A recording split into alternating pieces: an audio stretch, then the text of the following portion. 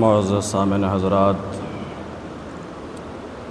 بزرگوں، نوجوان ساتھیوں، پردہ نشین ماں اور بہنیں،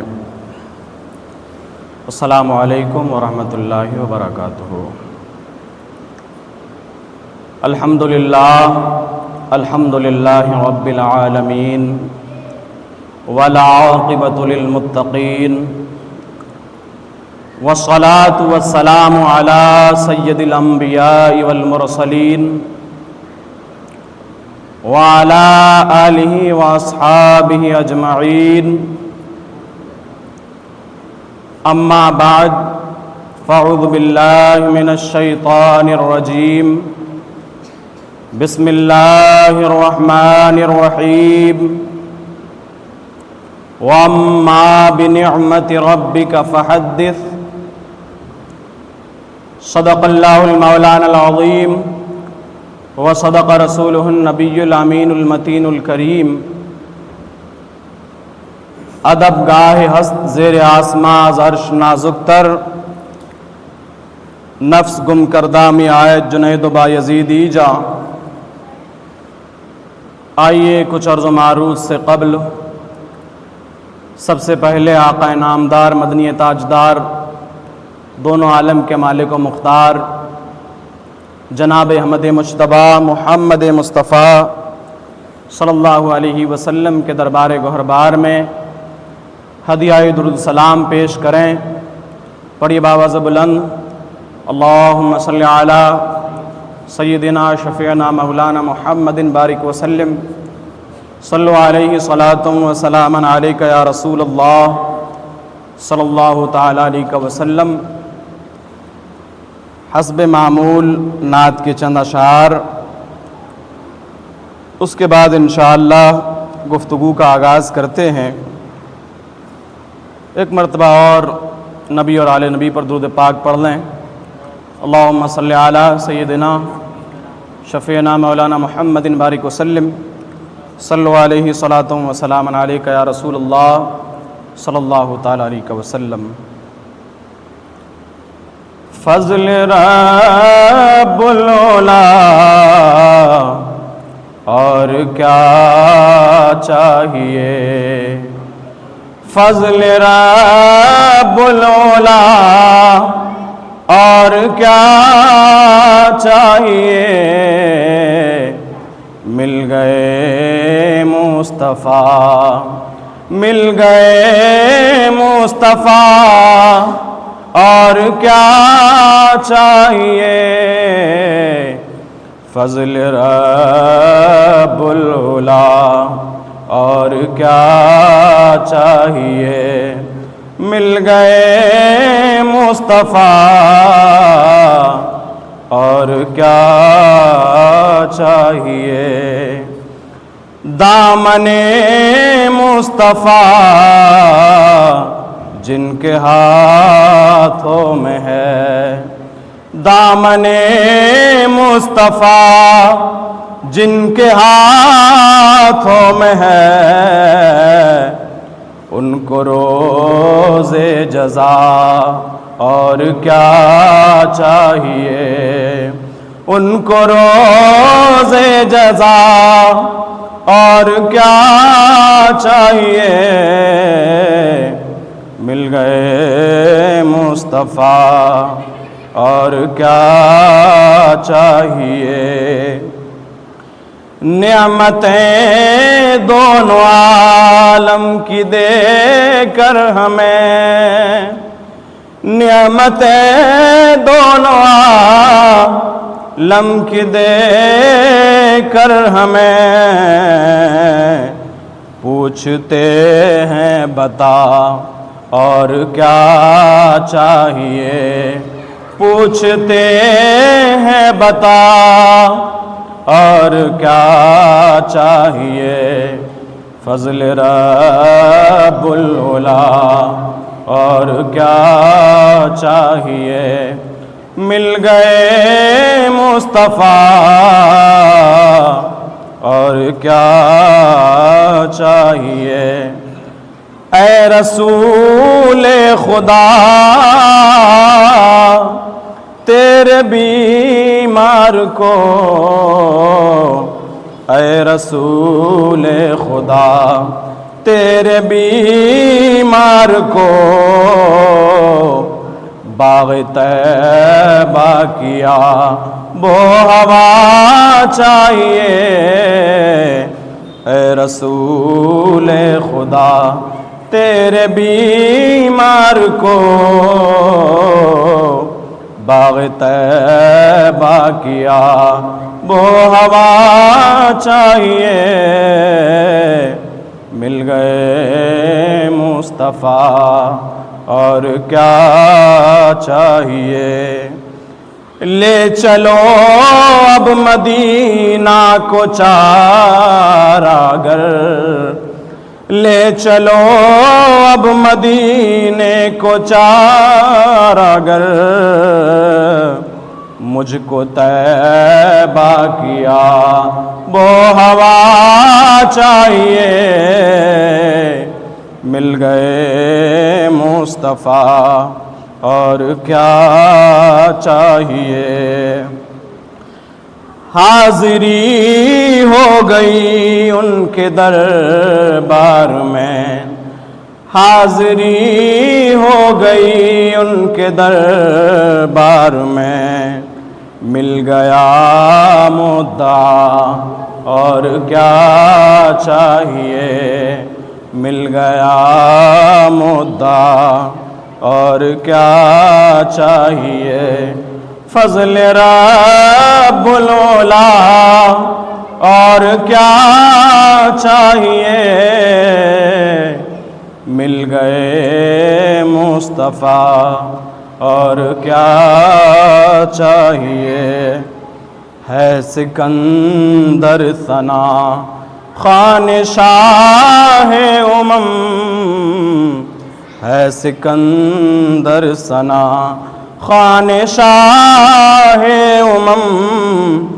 عزت و مرتبہ اور کیا چاہیے فضل رب العلا اور کیا چاہیے مل گئے مصطفیٰ اور کیا چاہیے درود پاک پڑھیں اللہم صلی علی سیدنا شفیعنا مولانا محمد بارک وسلم صلو علیہ صلاۃ و سلام علیک یا رسول اللہ صلی اللہ تعالی علیہ وسلم واحسن منک لم تر قط عینی واجمل منک لم تلد النساء خلقت مبرعا من کل عیب کانک قد خلقت کما تشاء ہزار بار بسویم دہن ز مشک و گلاب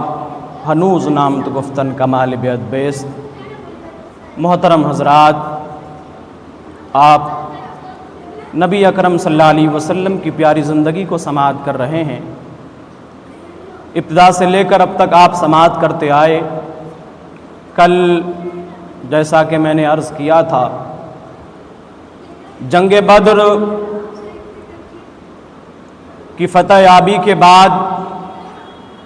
اللہ کے رسول صلی اللہ علیہ وسلم مدینہ منورہ کی جانب روانہ ہوتے ہیں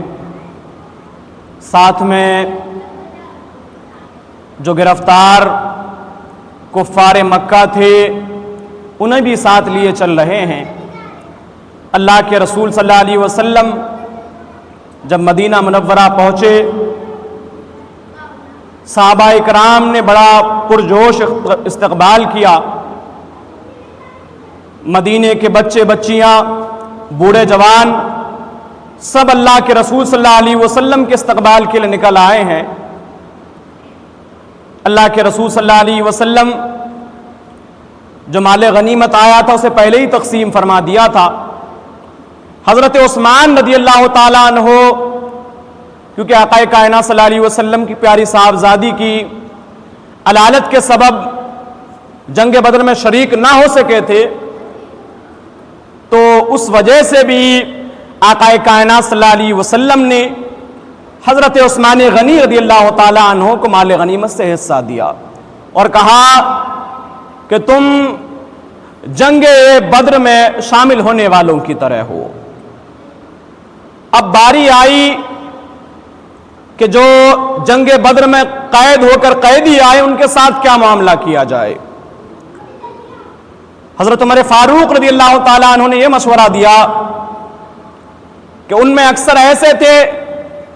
جو کسی نہ کسی کے رشتہ دار ہی تھے، 70 کافر قتل ہوئے تھے اور 70 جو ہے قید ہو کر کے آئے تھے، ان میں سے کوئی نہ کوئی ہر ایک صحابی کا رشتہ دار ہی ہوا کرتا تھا۔ حضرت عمر فاروق رضی اللہ تعالیٰ نے یہ مشورہ دیا جو جس کا رشتہ دار ہو وہی اس کو قتل کرے، لیکن حضرت ابوبکر صدیق رضی اللہ تعالیٰ نے یہ مشورہ دیا کہ ہر ایک سے فدیہ لے کر رہا کر دیا جائے، اس لیے کہ اس وقت مسلمانوں کی مالی حالت بہتر نہیں تھی۔ اللہ کے رسول صلی اللہ علیہ وسلم نے یہ مشورہ پسند فرمایا، 4000 درہم مقرر کی گئی کہ 4000 درہم دے کر کے تم رہائی حاصل کر سکتے ہو۔ جن کے پاس مال تھا وہ رہائی حاصل کر چکے، لیکن جن کے پاس مال نہیں تھا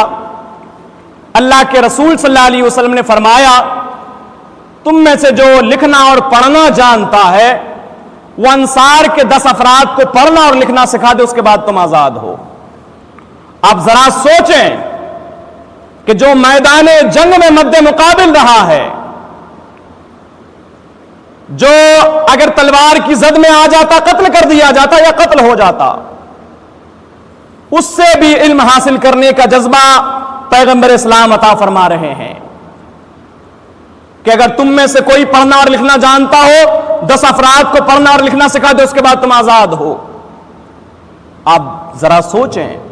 دشمن سے بھی علم حاصل کرنے کا جذبہ یہ پیغمبر عطا فرما رہے ہیں، اور یہی وجہ ہے کہ قرون اولیٰ کے مسلمانوں نے صرف 1 صدی کے اندر آدھی دنیا پر حکمرانی کر لی تھی،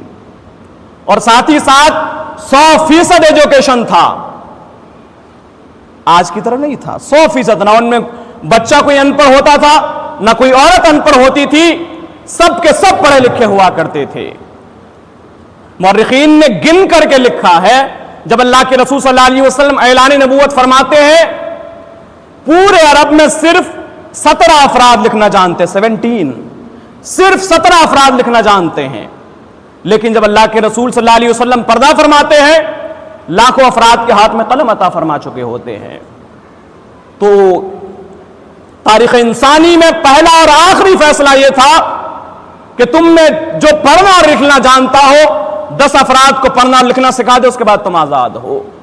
یہ اللہ کے رسول صلی اللہ علیہ وسلم کا علمی انقلاب تھا، جو اللہ کے رسول صلی اللہ علیہ وسلم مسلمانوں کو علم عطا کرنا چاہتے تھے، لیکن مسلمانوں نے علم کی شاہراہ چھوڑ دی۔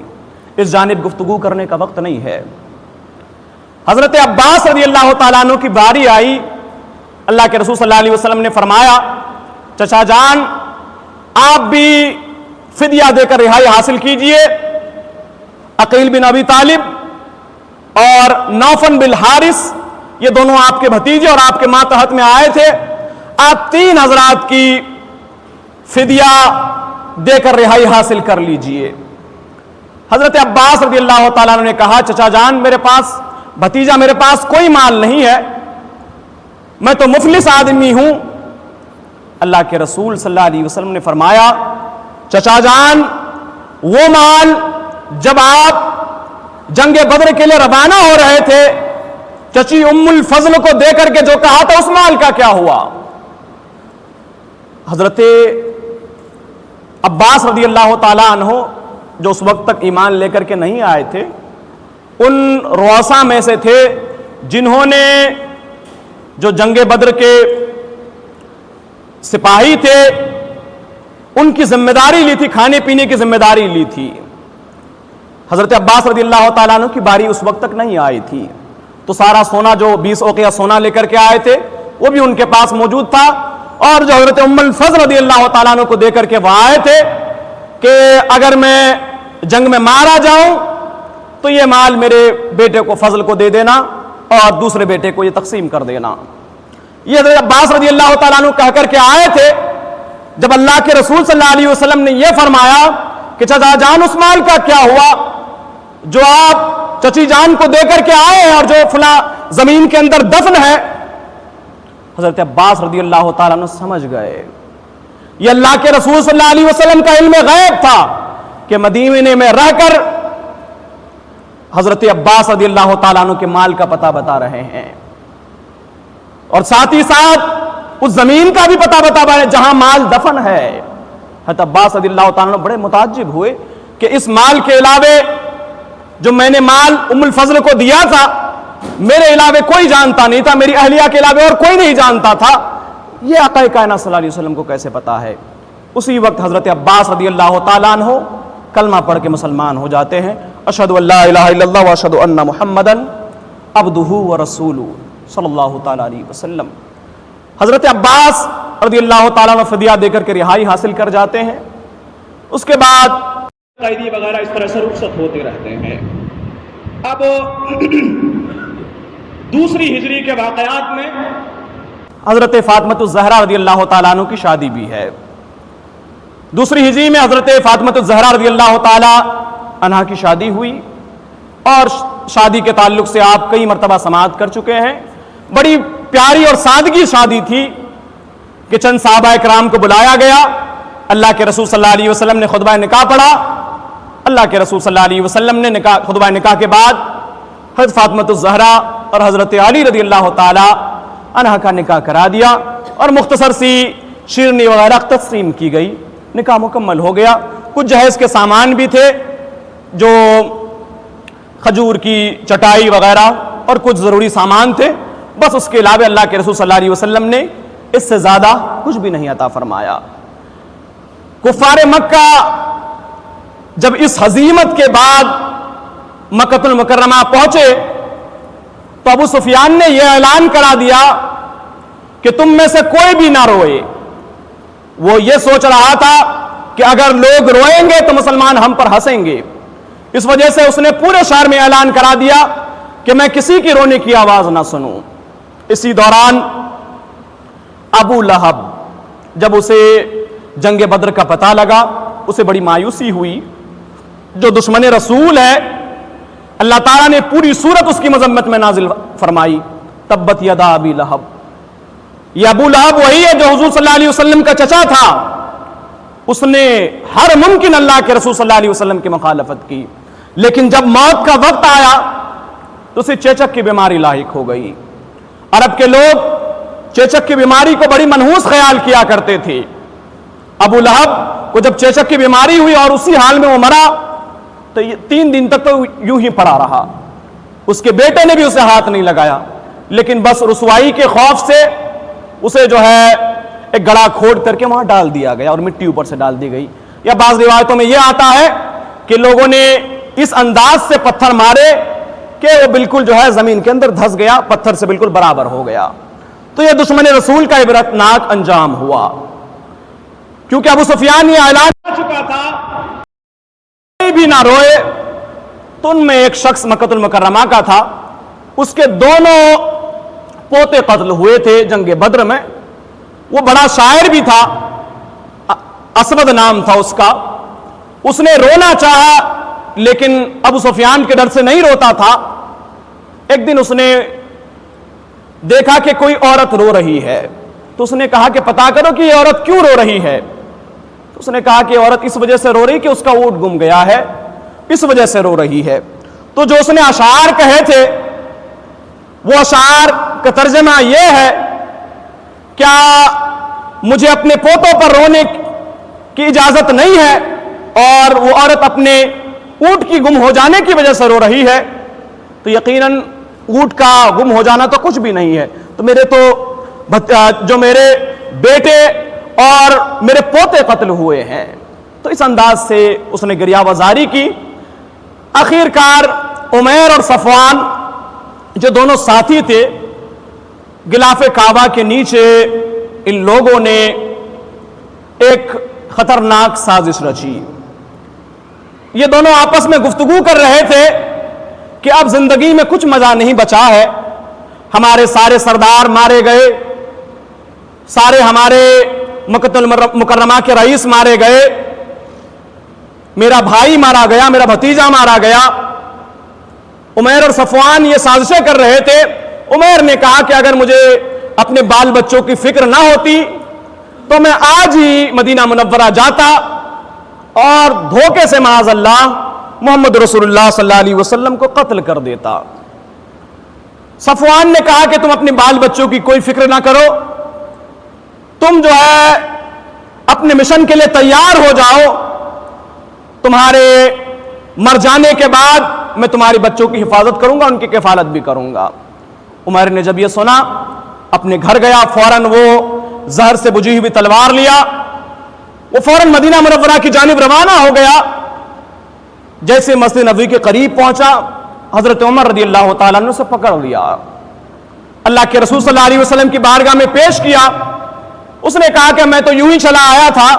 میرا کوئی مقصد نہیں ہے، بس میں یوں ہی چل کر کے آ گیا تھا۔ تو اللہ کے رسول صلی اللہ علیہ وسلم نے فرمایا کہ صفوان اور تم نے جو کعبہ کے غلاف کے نیچے قسم کھائی تھی کہ معاذ اللہ میں محمد رسول اللہ صلی اللہ علیہ وسلم کو قتل کر دوں گا، کیا یہ سچ نہیں ہے؟ عمر بڑا حیران ہوا کہ اس بات کو